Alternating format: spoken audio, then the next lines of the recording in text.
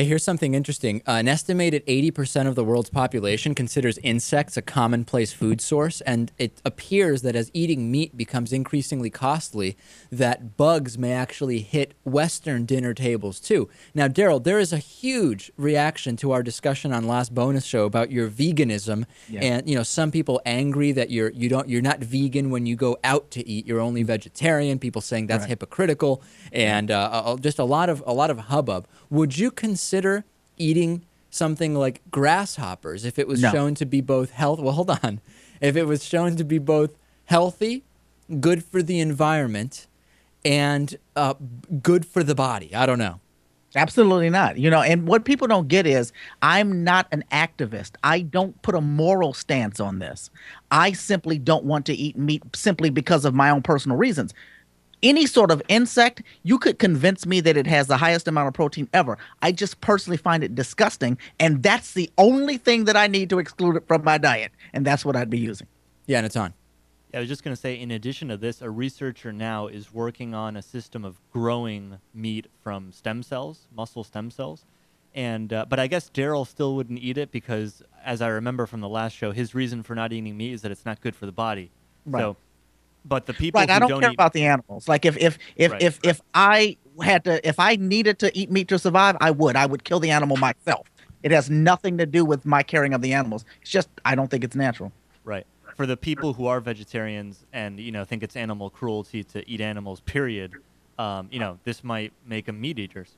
The meat grown from, well, that's another topic. I don't even want to get into that. Because, grasshoppers, unless you prove that they don't feel pain, it could still be animal cruelty, right? Yeah, in the Netherlands, there's a company called Bugs Originals, which recently developed pesto-flavored bug nuggets and also chocolate-covered bars made from crushed mealworms, which are the larvae of the darkling beetle. And they're selling freeze-dried locusts. They're selling mealworms to local outlets. And the idea is to get consumers to embrace bugs as an eco-friendly alternative to conventional meat. And apparently the worldwide meat demand is going to double by 2050. And if you've got farm-raised crickets, locusts, mealworms, this could be comparable nutrition, few natural resources relative to poultry or livestock. And, look at crickets, for example. Crickets can convert feed to body mass twice as efficiently as a pig and 5 times as efficiently as cattle. So this could be great for the environment. Oh, I would just imagine. My first mind tells me that insects is a much better protein source than traditional animals that we eat. But you're not into like a grasshopper cookie, for example. Yeah, no, not going inside of me. Interesting. Well, I think that there's going to be another problem, which is that in the U.S., there's also a lot of stigmatized insects, right? Cockroaches and flies. I don't think no matter what kind of argument you can make about the health benefits of a cockroach, I think it's going to be tough to make that case in the U.S. According to a couple of different experts on this, cockroaches aren't particularly meaty anyway, so it wouldn't be the ideal insect. But this has been going on for a while in other parts of the world, and we even see, there's TV shows on Food Network where there's a lot of bug eating and live worm eating going on. Personally, I'm having trouble imagining I'm going to be okay. I don't even like eating. My meat eating habits are very, very basic. Chicken, turkey, fish and seafood. I'm not even into red meat particularly. I will have beef, but like lamb, I couldn't tell you the last time I had lamb. It's probably been 10 or 15 years. I just don't see this appealing to me, the grasshopper diet. Why?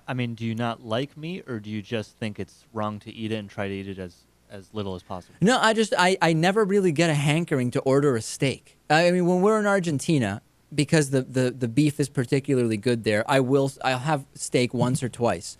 But in the U.S., I would just never think I rarely would think to buy and cook steak on my own, and I just would never think of ordering steak at a restaurant. I don't know.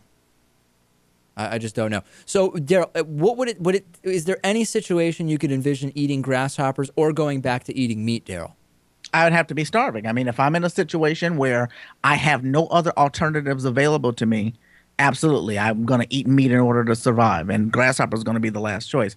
But short of that and cash, I can't think of any other scenario that would start me back to eating it. All right, well, there it is. Let's take a break. Make sure to like the David Pakman Show on Facebook, facebook.com/David Pakman Show. We'll be back with Terrence Heath. We'll talk about Noam Chomsky and Twitter and much more.